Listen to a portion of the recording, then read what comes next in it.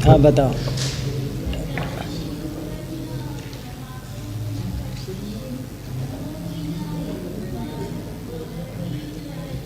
दूसरा श्लोक तुम सुनाओ।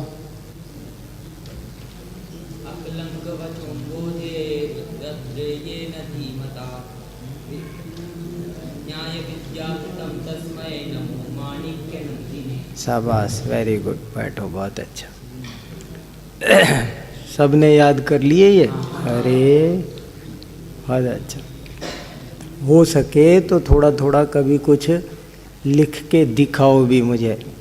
एक बार जरूर हर व्यक्ति एक एक अपना कुछ भी लिखा हुआ या नया लिख के मुझे दिखाओगे तो हो सकता है मैं आपको कोई बात बता दूं कि इसको ऐसे नहीं ऐसे कर लो, आपको फ़ायदा हो सकता है। एक दफ़े तुमने कोई भी नोट्स बनाए हो ना तो मुझे दिखा लो एक दफ़े, नहीं बनाए हो तो अब बना के देखो। कोई जो भी तुमको लगता हो ना, जिस विषय पर, जो ग्रंथ और ग्रंथकार के बारे में या जिस भी विषय पे तुम्हें लगता हो ना, वही विषय मुझे एक दफ़े दिखा लो, उससे अच्छा रहेगा।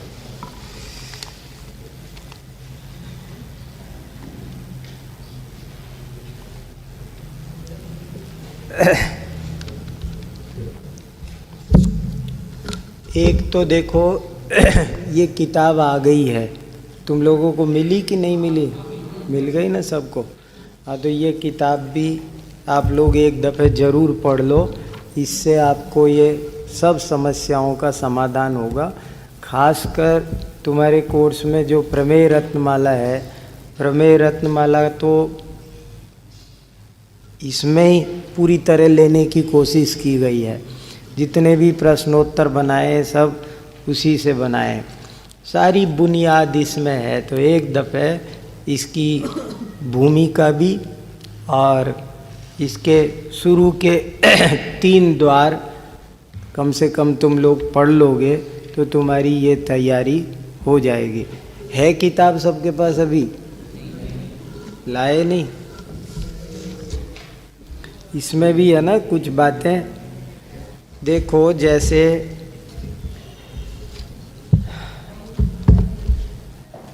एक मिनट पहले तो इसी में से 2-3 बातें मैं बताऊं। देखो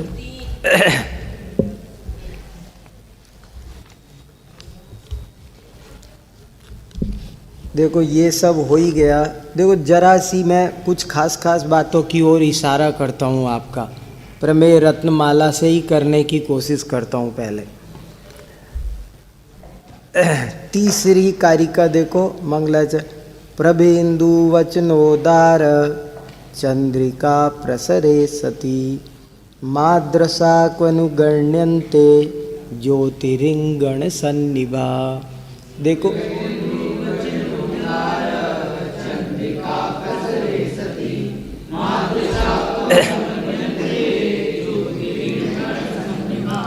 अनंत वीर्य आचार्य कह रहे हैं कि प्रभाचंद्र आचार्य के वचनों की उदार चंद्रिका फैल जाने पर, सती है ना, सती सप्तम्याम प्रसरे सती, प्रभेन्दु माने प्रभाचंद्र, प्रभाचंद्राचार्य के वचनों की उदार चंद्रिका फैल जाने पर माद्रसा को अनुगण्यन्ते, मेरे जैसे जुगनुओं की, ज्योतिरिंगण कहते हैं जुगनू, जुगनू के समान मेरे जैसे लोगों की क्या गणना है, क्या गिनती है।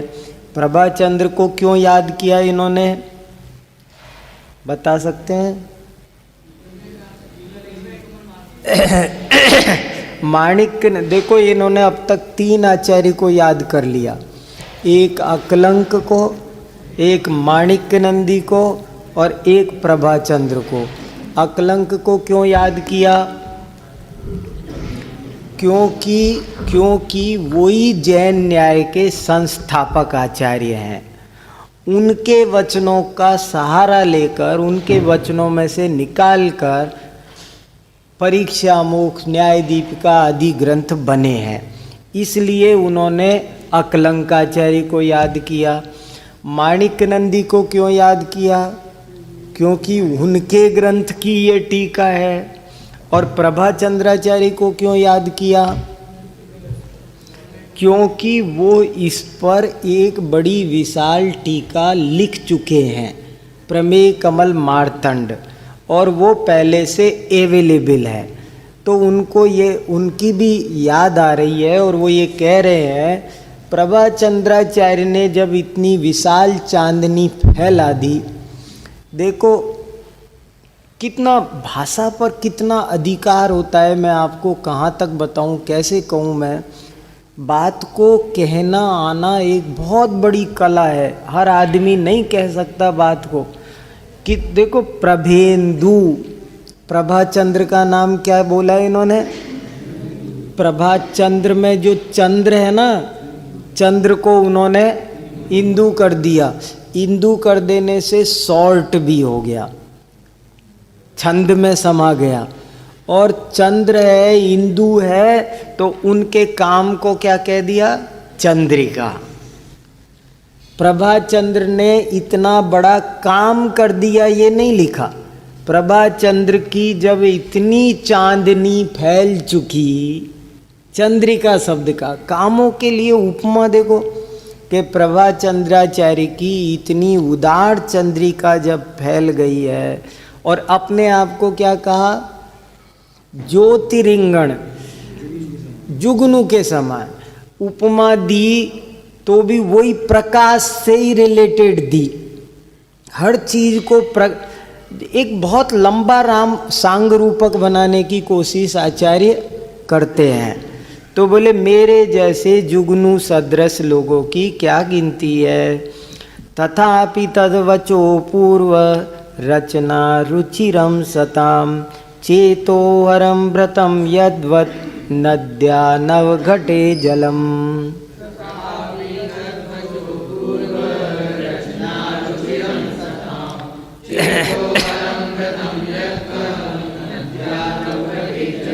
तथापि फिर भी उनके वचनों से अपूर्व रचना की रुचि जिसमें सज्जनों को पैदा होती है, ऐसे चित्त को हरने वाले मैं ये ग्रंथ को इसी प्रकार लिखता हूँ जैसे कोई नदी के जल को नए घड़े में भर ले।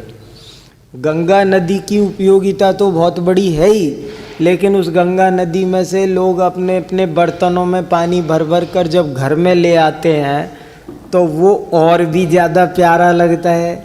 गंगा पे पानी बह रहा है वो अलग बात है, था पानी, लेकिन उसी पानी को लोग बर्तनों में भर के घर ले आते हैं कि नहीं। सारा गांव उस पानी की पूजा करता है। अरे साहब क्या महिमा आती है, अरे साहब गंगा का ये गंगा जल है, गंगा जल है, एक एक चुल्लू गंगा जल की कीमत। ऐसे ही बोले प्रमेय कमल मार्तंड आ गया, वो तो अद्भुत था ही, उसकी तो बात ही क्या करनी। लेकिन मेरी ये रचना भी सज्जनों के चित्त का वैसे ही हरण करेगी जैसे कोई गंगा का पानी कलश में लेकर आ जाए तो वो भी जिसके हृदय में गंगा की महिमा हो उसको आप यहाँ कहो भाई सब देखो इसमें इस कलश में गंगा जल है, गंगा जल, ओहो वो तो पुजारी गंगा का है, मगर कलश में गंगा जल सुन के जैसे उसे हर्ष उत्पन्न होता है, ऐसे ही बोले देखो ये जो प्रभाचंद्र के वचन है मैं उनको यहाँ पर बहुत अपूर्व रचना के साथ मैं आपके सामने रखूँगा। वैजेय प्रिय पुत्रस्य हीरपस्योपरोधता शांतिसेनार्थमारब्धा परीक्षा मुख पंजिका।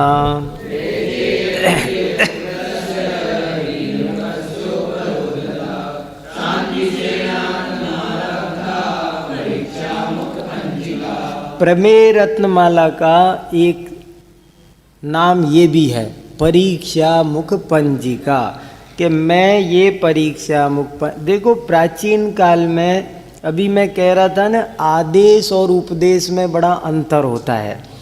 आदेश सार्वजनिक भी हो सकता है, राजा का आदेश है कि पूरे नगर में डिंडोरा पिट गया, उपदेश सार्वजनिक नहीं होता।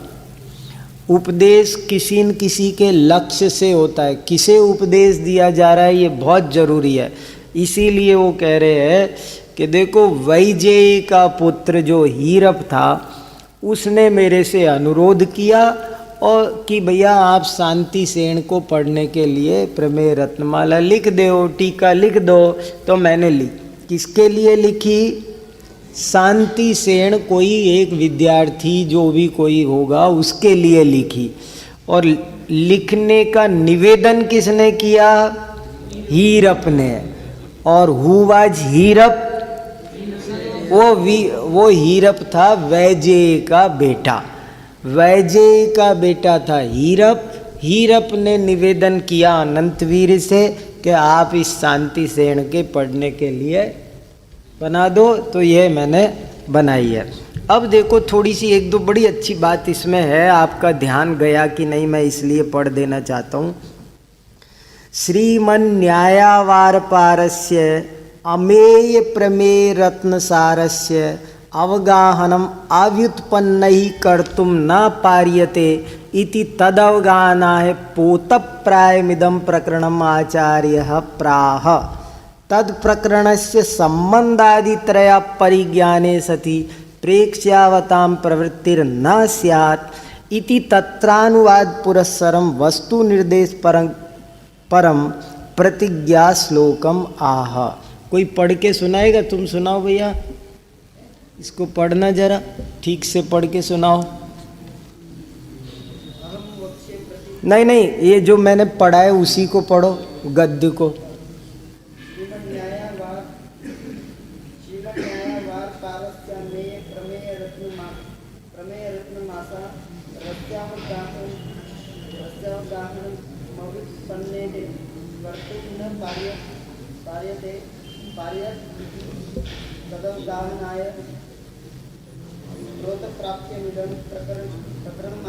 और कोई पढ़ेगा? हाँ तुम पढ़ो, चलो बहुत अच्छा पढ़ना है। श्रीमन न्यायावार पारस्य में प्रमेय रत्न सारस्य अवगाहनम अव्युत्पन्नैः कर्तुं न पार्यते तदवगाहनाय प्रोत्प्राप्यमिदं प्रकरणम् आचार्य प्राह। तत्प्रकरणस्य च सम्बन्धादि त्रया परिज्ञाने सति प्रेक्ष्यावतां प्रवृत्तिर्न स्यादिति तत्त्रयानुवाद पुरस्सरं वस्तु निर्देश परम प्रतिज्ञा श्लोकमा। बहुत झटके भी लग रहे हैं गाड़ी में, बिल्कुल स्मूथली नहीं चल रही। और कहीं कहीं पोत प्राप्य थोड़ी लिखा है, पोत प्राय लिखा है। चलो और कौन इनसे बढ़िया पढ़ना है? बैठो, बहुत अच्छा पढ़ा है वैसे इन्होंने। श्रीमन न्यायावार पारस्य में प्रमेय रत्न सारस्यावगाहनम व्युत्पन्नैः कर्तुं न पार्यते इति तदवगाहनाय पोतप्रायमिदं प्रकरणम् आचार्यः प्राह। तत्प्रकरणस्य च सम्बन्धादित्रय परिज्ञाने सति प्रेक्ष्यावतां प्रवृत्तिर्न स्यादिति तत्त्रयानुवाद पुरस्सरं वस्तु निर्देश परम प्रतिज्ञा श्लोकम आ। बहुत अच्छा पढ़ा। ये देखो यहाँ पर जब पढ़े ना तुमने प्रमेय रत्न सारस्यावगाहनम व्युत्पन्नैः, ये यहाँ जरा सी अशुद्धि है। बोलना चाहिए, ऐसा बोलना चाहिए कि उसमें व्युत्पन्न न दिखे, अव्युत्पन्न दिखे। अवगाहनम अव्युत्पन्नैः, आ शब्द कहीं न कहीं आपको संधि करके या विच्छेद करके सुनाई देना जरूरी है। देखो न्यायावार पारस्य अमेय प्रमेय रत्न सारस्य, इस जगत में जो प्रमेय रत्न है वे अमेय है, उनका कोई पारावार नहीं है। इस जगत में प्रमेय कितने हैं? प्रमेय माने प्रमाण के विषय, ज्ञेय कितने हैं? वे अनंत हैं, उनका कोई पार नहीं है। उनमें अवगाहनम, उनमें अवगाहन करना, उनको जानना, उनको समझना, अव्युत्पन्नैः कर्तुं न पार्यते। अज्ञानी जीव जगत के अनंत ज्ञेय पदार्थों को, प्रमेयों को नहीं जान सकते। जगत में ज्ञेय कितने हैं? तत्व ज्ञान के लिए, सुख शांति के लिए तो शर्त है कि जो पदार्थ जैसा है उसे वैसा जानो, और पदार्थ तो अनंत है। अनंत पदार्थों को जानना अज्ञानी जीव के लिए शक्य नहीं है। कर्तुम न पार्यते इति, इसलिए तद अवगाहनाय पोतप्रायमिदं प्रकरणम आचार्य प्राह। इसलिए आचार्य देव यहाँ पोतप्राय, पोत माने नौका, जहाज, जैसे एक विशाल समुद्र है, विशाल नदी है, उसमें इधर से उस पार जाना है तो जा नहीं सकते, लेकिन नाव मिल जाए आपको बैठने के लिए तो आप जा सकते हैं। ऐसे ही अनंत पदार्थों को जानना असंभव है हम अव्युत्पन्न जीवों को, लेकिन ये ऐसा एक पोतप्राय ग्रंथ हमें मिल जाए तो हम उन अनंत पदार्थों को जान सकते हैं। कितनी बढ़िया बात कही, प्रमेय रत्न माला है, अनंत पदार्थों को हम जान सकते हैं। ये जो हमारे यहाँ एक शब्द चलता है ना, तीर्थंकर, तीर्थम करोति इति तीर्थंकर है। और तीर्थ किसे कहते हैं? तीर्यते अनेन इति तीर्थम, जिसके द्वारा तिरा जाए, जिसके द्वारा पार किया। जैसे नदी पार करनी है, अब ऐसे तो सब परेशान है, कोई नहीं पार कर पा रहा, लेकिन उस नदी के ऊपर एक पुल बना दिया जाए तो चूहे, छिपकली, मेंढक, कुत्ते, बिल्ली सभी पार हो जाएंगे, बूढ़े भी, बच्चे भी, सब पार हो। जैसे वो बना दो। तीर्थ शब्द को आज की भाषा में ट्रांसलेट करके कुछ बोलना चाहो, दूसरा शब्द देना चाहो आधुनिक, तो दे सकते फ्लाईओवर। वो एक तरह का पुल है, पुल। जैसे उस पे नदी में से पार करना असंभव काम था, लेकिन पुल बना दिया तो बच्चे, बूढ़े, असमर्थ, असहाय भी, सामान्य प्राणी भी उस पार पहुंच गए। ऐसे ही ये संसार समुद्र है। संसार को क्या उपमा दी है? ये समुद्र है, इसका पार पाना बड़े बड़े शक्तिशाली भी पार नहीं, लेकिन जिनेंद्र भगवान ने, तीर्थंकरों ने एक सम्यक दर्शन ज्ञान चारित्राणी मोक्ष मार्ग, एक ऐसा पुल बना दिया, एक ऐसा रास्ता बता दिया कि ये अनंत संसार समुद्र को भी पार पाया जा सकता है। इसलिए नाम बड़ा प्यारा दिया सोचकर, तीर्थ, तीर्थम करोति तीर्थंग। ऐसे ही वो कह रहे ये मेरी प्रमेय रत्नमाला कैसी है? पोतप्राय। प्राय क्यों लगा दिया? पोत क्यों नहीं कह दिया अकेला? दृष्टांत हमेशा एक देश होता है।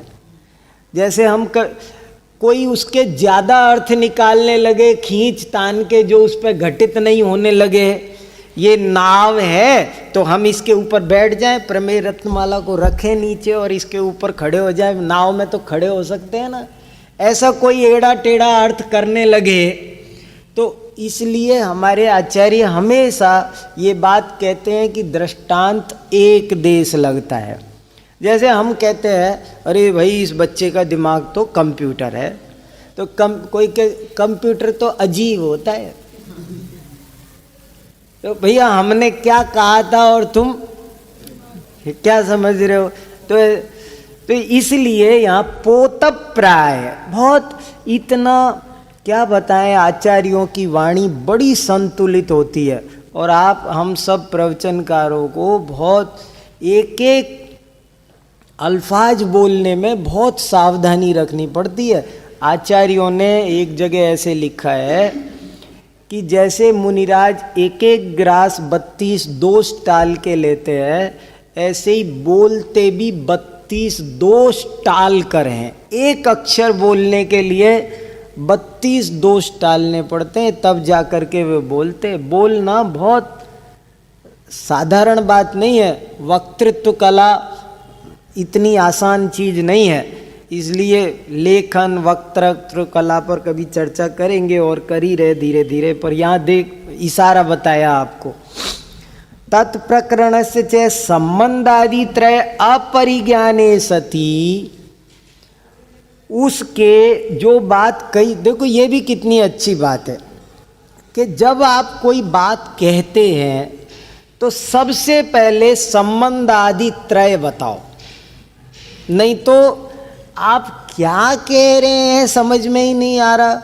आपने भाषण शुरू कर दिया और किस विषय पर क्या कहना चाहते हो कुछ हेडिंग बताया नहीं, प्रकरण बताया नहीं, और ऐसा हो तो ऐसा और वैसा हो तो वैसा हो, क्या कह रहे पता नहीं।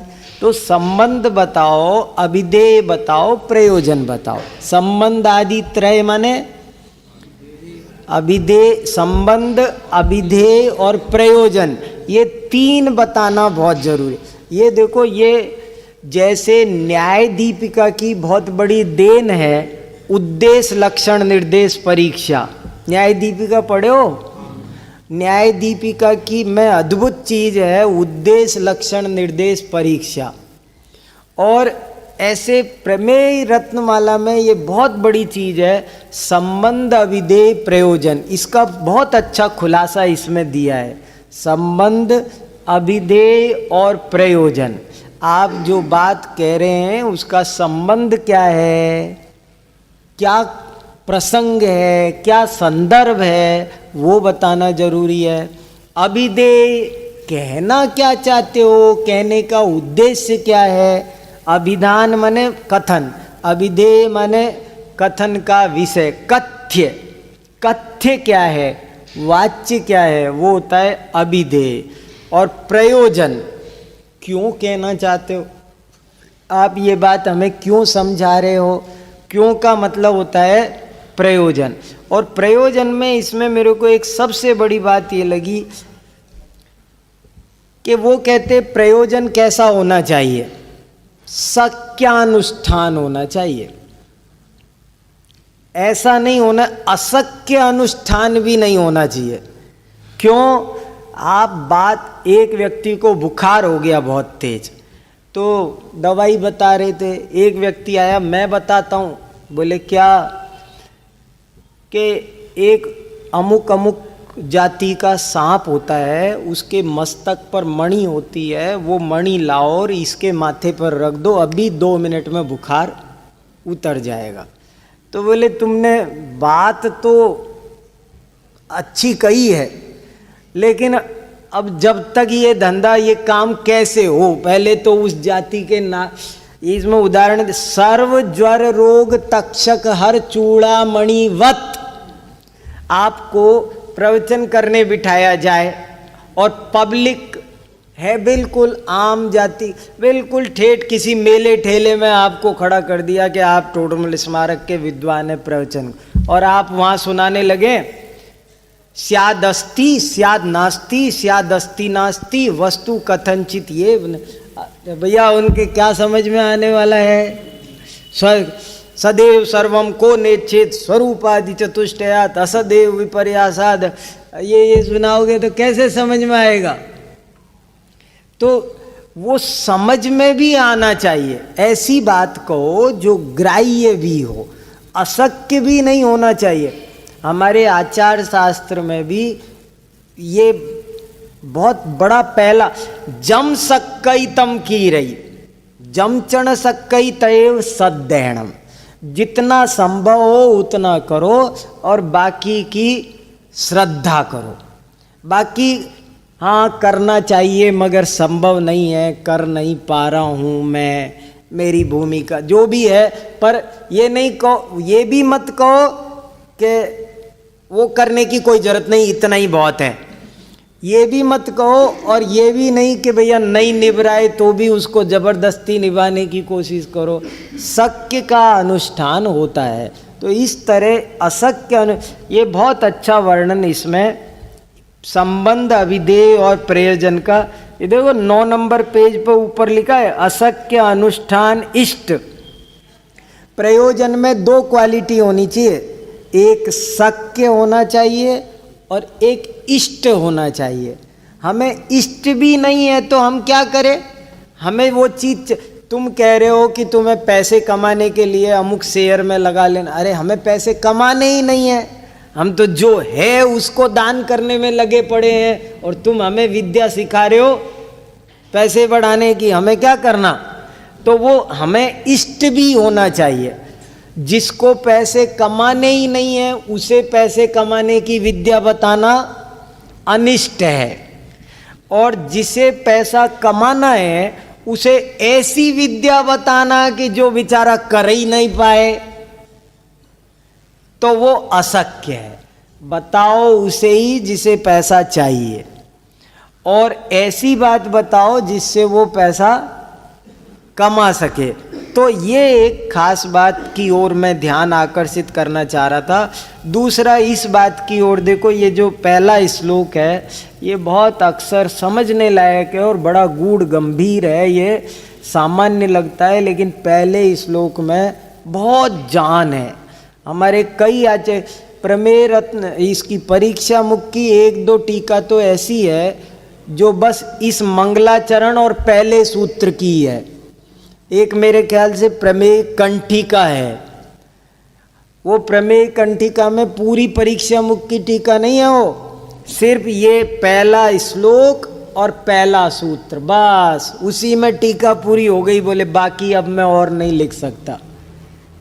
तो इतना इसमें प्रमाणादर्थ संसिद्धि तदाभासाद विपर्यया इति वक्षे तयोर्लक्ष्म सिद्धमल्पम लगीयसः।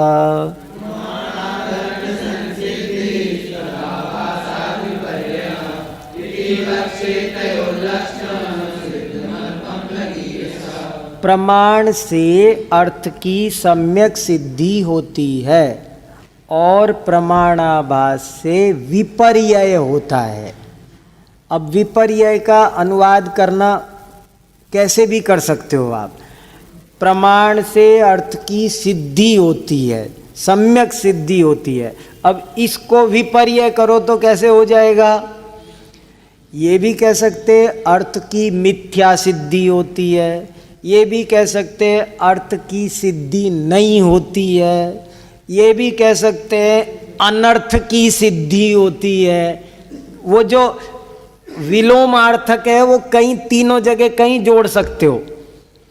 अनर्थ की सिद्धि होती है, ये भी कह सकते हो। तो तदाभासाद विपर्य इति वक्षे, इसलिए मैं कहता हूँ तयो उन दोनों का, प्रमाण और प्रमाणाभास का लक्षण स्वरूप सिद्ध। अब ये बहुत 3 क्वालिटी होगी। मैं जो बात कहूँगा उस बात में एक तो वो सिद्ध होगा। सिद्ध माने पहले से पूर्वाचार्यों की परंपरा से आया है। मैं कोई अपने घर की नई बात जहाँ तक मैं सोचता हूँ कि ऐसे नहीं, मेरी मर्जी से नहीं, मैं जो बात आपको सुनाऊंगा वो ऐसी बात होगी जिसे अनेक लोग अनुभव करके सिद्ध करके देख चुके हैं। जैन दर्शन वीतराग विज्ञान है ना, ये भी एक साइंस है। तो जो जिसको अनेक लोग सिद्ध कर चुके हैं, कह चुके हैं, समझ चुके हैं, समझा चुके हैं, ऐसी बात कहूँगा मैं इस किताब में। पहली क्वालिटी तो क्या होगी? मैं आगमानुकूल बोलूँगा। और दूसरी क्वालिटी क्या होगी? अल्पम, थोड़ा बोलूँगा, संक्षिप्त बोलूँगा, ज़्यादा नहीं, विस्तृत नहीं। और लघीयसः, मंद बुद्धियों के, छोटे लोगों के लिए। ये मंद बुद्धि अर्थ हमने टीकाओं में से किया। इन्होंने कहा छोटों के लिए। लघीयान माने छोटे लोग, लघीयान, लघीयान सौ, लघीयान सह।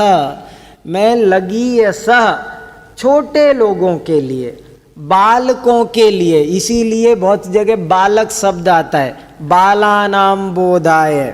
तो बाल माने न तु वय कृते बाला अत्र गृह्यन्ते अपितु मति कृतः बाला गृह्यन्ते।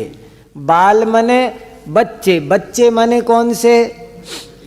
वो एक बड़ी अच्छी कहानी आती है, वो भी एक बहुत, कि एक छोटी उम्र में मुनि महाराज बन गए, तो और छोटी उम्र में बन करके आहार को गए, तो आहार को गए तो पूछा, उसने से बहू रानी ने पूछा, महाराज जी सवेरे सवेरे कैसे?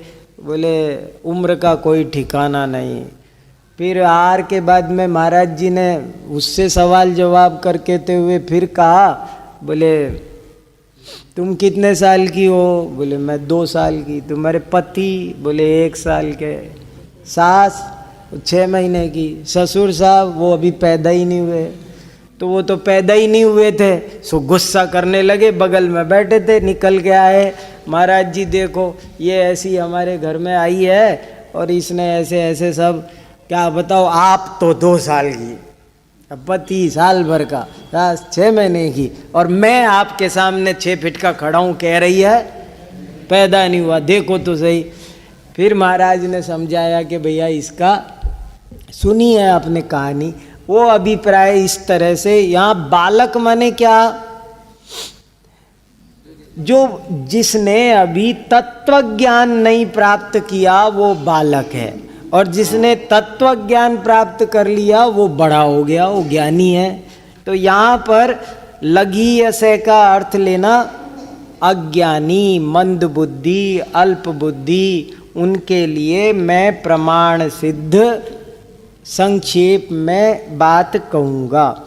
इसकी टीका में बहुत अच्छा एक सवाल उठाया है, इस पर बहुत चर्चा हुई है, सिद्ध पर, अल्प पर, कि जो भी बात कहो आपकी बात ऐसी होनी चाहिए। देखो देखो वक्ता बनने की कला निहित है इसमें।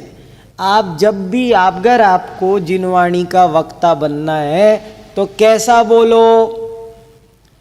आगमानुकूल बोलो, नंबर 1। सिद्धम, सिद्धम माने आपका एक एक वाक्य आगमानुकूल होना चाहिए, आगम विरुद्ध नहीं बोले आप, जब भी कुछ बोले आगमानुकूल बोले। नंबर 2 अल्पम, इतना मत बोलो लंबा चौड़ा कि लोग बोर हो जाएं, थक गए, कब खत्म करें, कब जाएं, ऐसे नहीं, शॉर्ट बोलो। भाषण बांस जैसा नहीं करो, गन्ने जैसा करो, ऐसा लिखा है पंप कवि ने। बोले भाषण 2 तरह के होते हैं। कन्नड़ का एक कवि हुआ है पंप कवि, उसने लिखा है भाषण 2 तरह के होते हैं, एक भाषण बांस जैसा होता है और एक गन्ने जैसा होता है।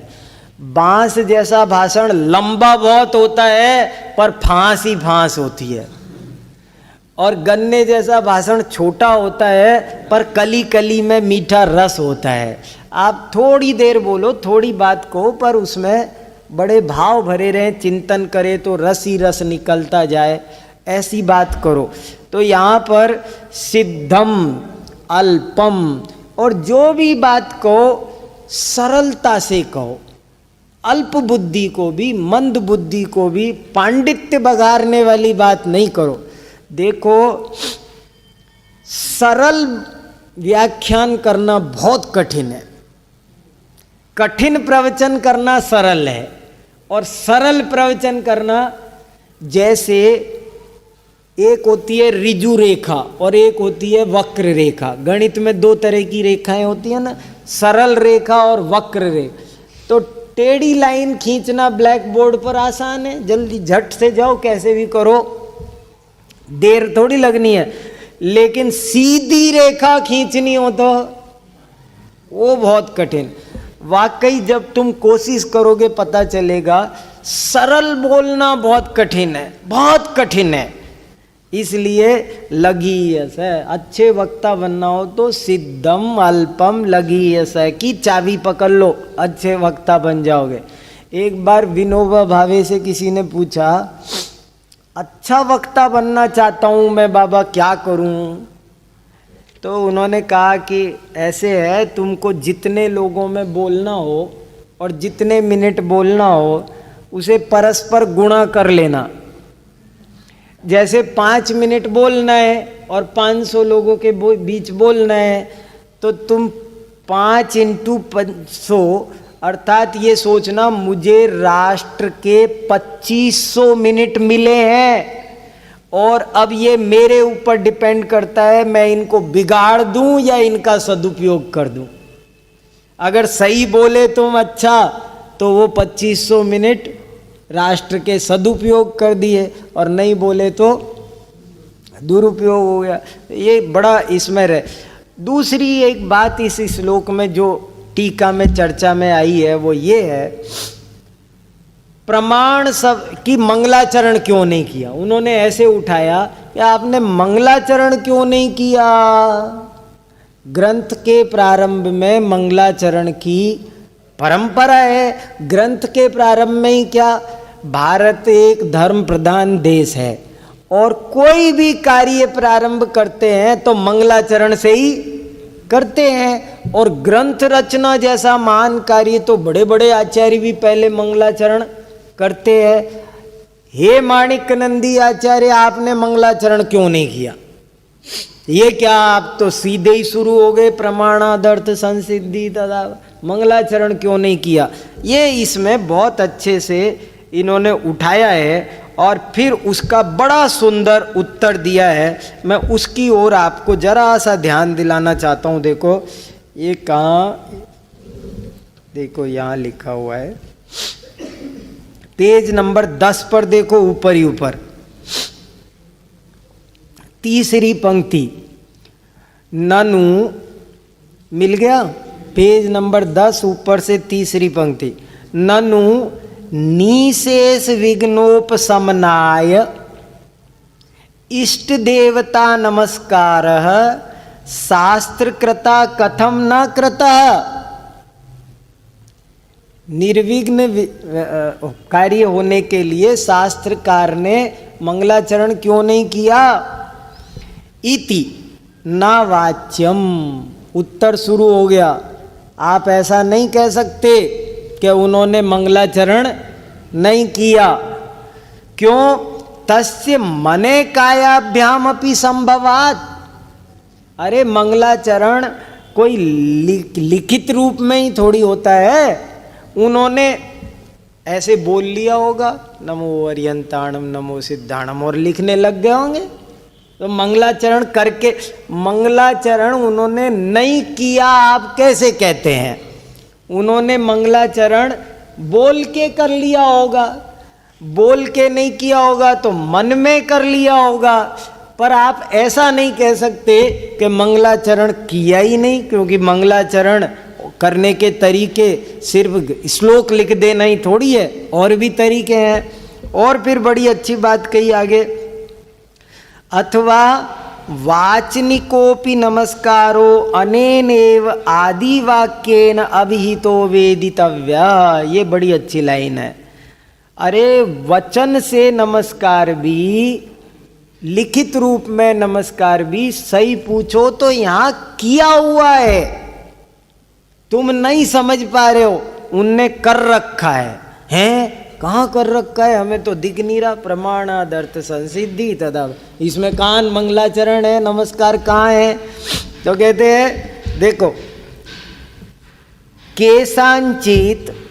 केशांचित वाक्यानाम उभयार्थ प्रतिपादन परत्वेनापि दृश्यमानत्वात्। अरे अनेक वाक्यों के, शब्दों के दो दो अर्थ होते हैं। प्रमाण शब्द का अर्थ जानते हो क्या होता है। और भी अनेक अर्थ होते हैं। यथा श्वेतो धावती इत्युक्ते स्वाहितो धावती, ये भी एक अर्थ है। और श्वेत गुण युक्तो धावती इति अर्थद्वय प्रतीति। जैसे किसी ने कहा श्वेतोत धावती, तो श्वेतो धावती का दो अर्थ है। एक तो श्वेत माने सफेद रंग की कोई चीज दौड़ रही है, सफेद कुत्ता दौड़ रहा है तो श्वेतो धावती भी कह सकते हैं। और कोई भी सफेद बगुला दौड़ रहा है, कोई भी सफेद कपड़े पहन, सफेद दौड़। और एक स्वाइतो धावती, कुत्ता इधर से दौड़ रहा है, ये भी अर्थ हो जाएगा। तो इस तरह से एक ही वाक्य के दो दो अर्थ हो जाते हैं। तत्र आदि वाक्यस्य नमस्कार परता अभिधीयते अर्थस्य हेयोपादेय लक्षणस्य संसिद्धिर्ज्ञप्तिर्भवति कस्मात् प्रमाणात्। अब ये प्रमाण शब्द का अर्थ आपको कभी भूलना नहीं है, ये बहुत अच्छा अर्थ है प्रमाणात्। प्रमाण शब्द का देखो, अनंत चतुष्टय स्वरूप अंतरंग लक्षणा समवसरणादि स्वभावा बहिरंग लक्षणा लक्ष्मी माँ इति उच्यते। माँ माने क्या? माँ माने अंतरंग बहिरंग लक्ष्मी। अंतरंग लक्ष्मी केवल ज्ञान, बहिरंग लक्ष्मी समोसरण, ये इसको कहते हैं माँ। अणनम आणः। अब देखो इतनी डिटेल और इतनी बातें हैं, अब बोलने लग जाओ ना तो माँ शब्द में लक्ष्मी कैसे है, ये लक्ष्मी शब्द पे ही जरा बोलने लग जाऊं तो घंटा भर गुजर जाए 1 मिनट में। बड़ा अच्छी बात इसमें भरी पड़ी, पर नहीं अभी कह सकते सब।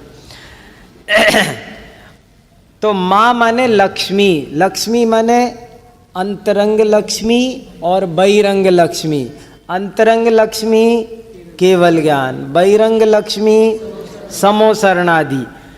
आणनम माण, प्रे तो उपसर्ग है, प्रे माने उत्कृष्ट, माँ माने लक्ष्मी, उत्कृष्ट लक्ष्मी। और उत्कृष्ट लक्ष्मी कौन सी है? केवल ज्ञान और समोसरण। और अणनम आणः, अणनम आणः, अणन अनुरणन गुंजायमान जो होता है उसे कहते हैं आण, अर्थात शब्द। अणनम आणः शब्द।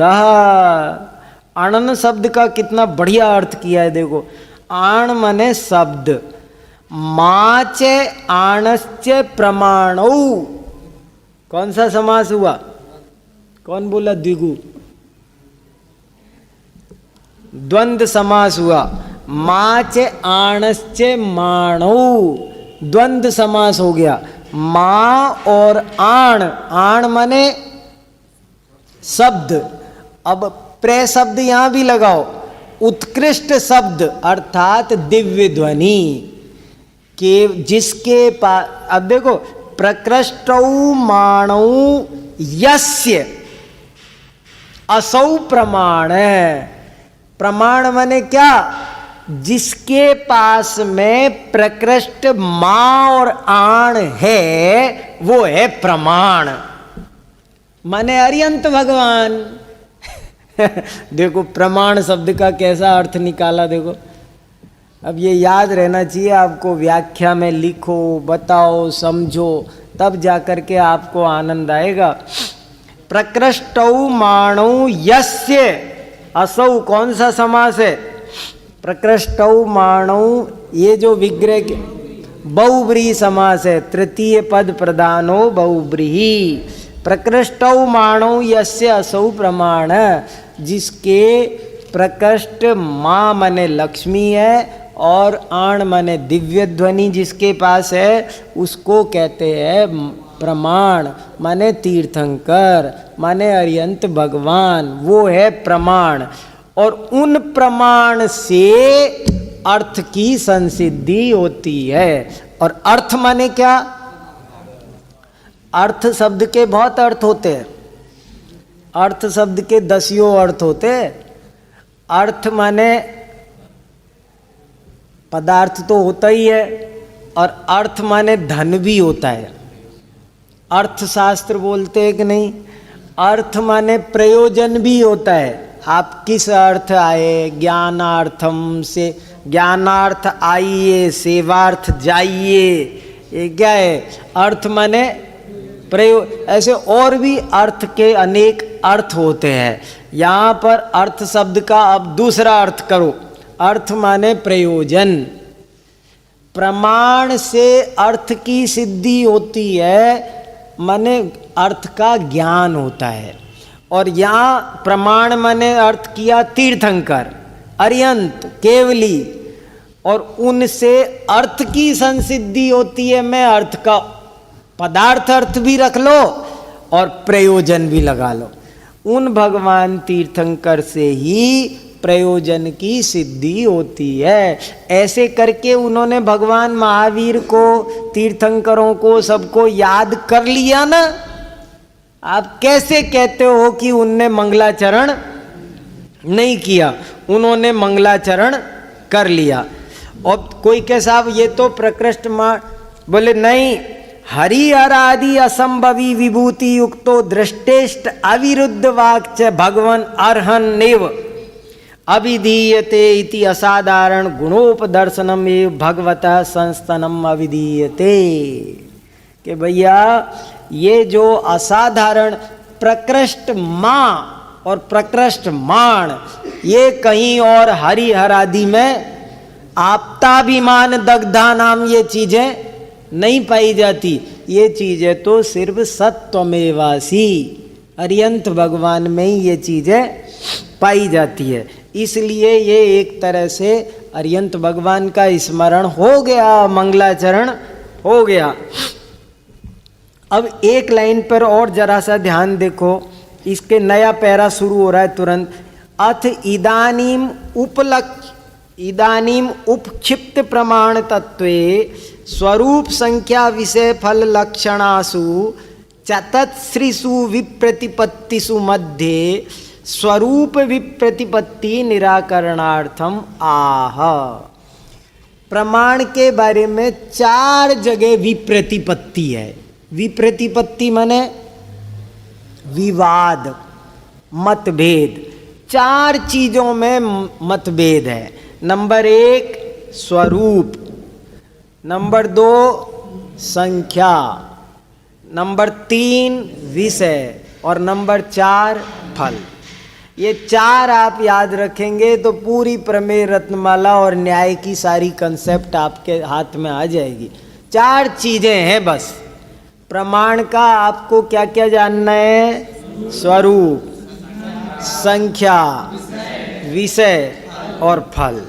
तो बोले ये 4 चीजों में विप्रतिपत्ति है, इसलिए हम इस ग्रंथ में इन 4 विप्रतिपत्तियों का निराकरण या 4 विप्रतिपत्तियों का सुलझारा करेंगे।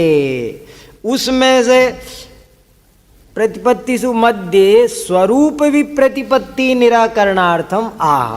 सबसे पहले स्वरूप विप्रतिपत्ति का निराकरण करने के लिए कहते हैं। अब देखो परीक्षा में आपके पास आ गया कि स्वापूर्वार्थ व्यवसायात्मकम ज्ञानम प्रमाणम। तो अब आप कैसे व्याख्या करेंगे? प्रसंग भी आपको ऐसा बनाना चाहिए। प्रमाण विषये चतस्रः विप्रतिपत्तया सन्ति। स्वरूप विषये, संख्या विषये, विषय विषये, फल विषये। तत्र सर्वप्रथमं स्वरूप विषये या विप्रतिपत्ति अस्ति तस्य निराकरणम आचार्या कुर्वन्ति। ऐसे आप प्रसंग बनाओ और फिर इसकी प्रसंग बनाकर इसको खुलासा करो। और अब देखो इस किताब में आपको जो बात दिखाने की थी यहीं पर दिखाने की थी। ये पेज नंबर, एक सेकेंड,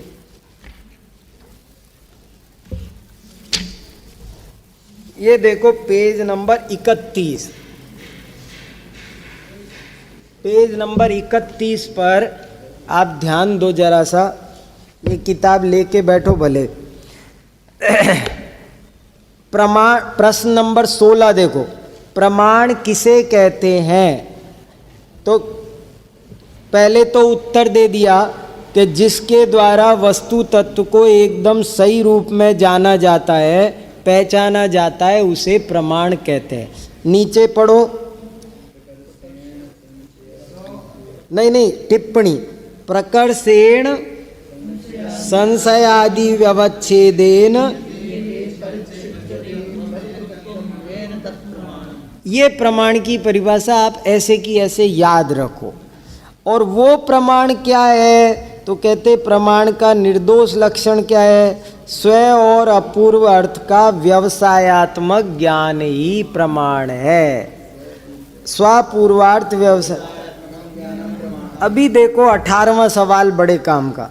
प्रमाण के उक्त दो लक्षण बताने का क्या प्रयोजन है?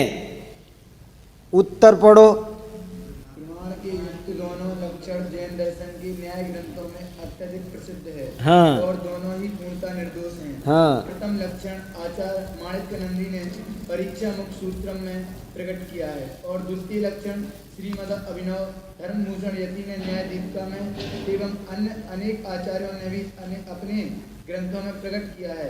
हाँ। प्रथम लक्षण परम खंडन की विशेष विवक्षा से बनाया गया है, जबकि द्वितीय लक्षण में उसकी सामान्य विवक्षा है। हाँ हाँ, अब देखो इसमें कहा, फिर देखो अब ये 20वां सवाल देखो कि प्रमाण के प्रथम लक्षण में स्वय पद का प्रयोग किस लिए है, फिर इसका ये सारा मैटर मैंने जो ये लिया है वो प्रमेय रत्नमाला में से ही लिया है कि स्वपद क्यों लिया। दूसरा प्रश्न है ज्ञान पद क्यों लिया। तीसरा अपूर्व पद क्यों लिया। धारावाहिक ज्ञान के बारे में भी बात आ गई यहाँ। प्रमाण के लक्षण में अर्थ पद का प्रयोग किस लिए किया। प्रमाण के प्रथम लक्षण में व्यवसायात्मक पद का प्रयोग किस लिए किया। और व्यवसायात्मक में क्या है, एक शब्द में उत्तर दो तो समारोप की निवृत्ति के लिए। और समारोप माने क्या, संशय विपर्य और अनध्यवसाय का सामूहिक नाम समारोप है। जैसे रत्नत्रय, रत्नत्रय क्या है का सामूहिक नाम। ग्रुप नेम भी होते हैं ना, कुछ नेम इंडिविजुअल होते हैं, कुछ ग्रुप नेम होते हैं, तो ये ग्रुप नेम है। संशय बार बार ये कहते बैठो संशय विपर्य अनध्यवसाय, इसकी बजाय समारोप समारोप समारोप की निवृत्ति के लिए। और फिर देखो अब इसमें तुमको बहुत अच्छा मैटर ये मिलेगा। संशय किसे कहते हैं, विपर्य, अनध्यवसाय, फिर सन्निकर्ष वाला कल पढ़ के मैंने आपको सुनाया ही था। ये थोड़ा सा कारक साकल्य, इंद्रिय वृत्ति, ज्ञात्री व्यापार, ये 2-3 प्रश्न मैंने प्रमेय कमल मार्तंड में से उठाए हैं, वहाँ से ये। और आगे चल के जो आपके काम की बात बचती है वो ये है, प्रमाण का प्रामाण्य किसे कहते हैं। किमिदम प्रमाणस्य प्रामाण्यम नाम, बताओ उत्तर दे सकते हो। किमिदम प्रमाणस्य प्रामाण्यम नाम, किम प्रामाण्यम। Very good. प्रतिभात विषया व्यभिचारित्वम, जो ज्ञात विषय है वो वही हमने जाना कि ये डस्टर है और निकली चौक, तो ये प्रतिभात विषय के साथ व्यभिचार हो गया। और डस्टर जाना और डस्टर ही निकला तो उसका नाम है प्रामाण्य, प्रतिभात विषय में अव्यभिचारिता। इस तरह से ये परिभाषा याद। और ये ज्ञप्ति कैसे होती है, उदाहरण आपको पता ही है, उसके हिसाब से ये। तो इस तरह से पहले समुद्देश में तो आपको कोई दिक्कत नहीं आएगी। लेकिन अब ये जो आपने मुझे नोट्स बना के दिए हैं, क्या लिखा है इसमें देखो, कि हम एक तो सर्वज्ञता समझना चाहते हैं। बहुत अच्छा, देखो मैं सर्वज्ञता पर चर्चा करूंगा, आप ये हिस्सा पढ़ के आना जरूर। देखो पेज नंबर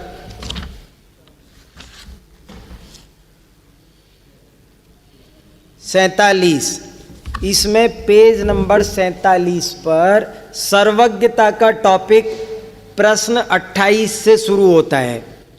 सर्वज्ञ यहाँ से शुरू हुआ, क्या सर्वद्रव्य और उनकी सर्वपर्यायों को प्रत्यक्ष जानना संभव है। यहाँ से ये प्रश्न शुरू हो रहा है। और ये सर्वज्ञता वाली बात ये पूरे अध्याय में 38 नंबर सवाल तक, 27 से 38 12 सवाल है। अगर ये 12 सवाल आप समझ गए तो समझ लो आपकी सर्वज्ञ सिद्धि पक्की मजबूत हो गई। ये 12 सवाल आप पढ़ के आना, मैं इसके बाद में सर्वज्ञ सिद्धि की चर्चा करेंगे। और फिर जो तुमने ये लिखा है बाकी की चीज़ है, स्वार्थानुमान और परार्थानुमान की थोड़ी चर्चा करेंगे, हेतु की थोड़ी चर्चा करेंगे, आगम पर जरा सी बात करेंगे, और न्याय ग्रंथों को समझने की विधि, समस्याएं, उपयोगिता और प्रस्तुतिकरण, इस पर आप एक दफ़े आप सब इसकी भूमिका जो 12, 13, 14 पेज की है वो भूमिका आप पढ़ के आओ। फिर इसके बाद हम आपके इन नोट्स के आधार से कल की चर्चा करेंगे। चलो।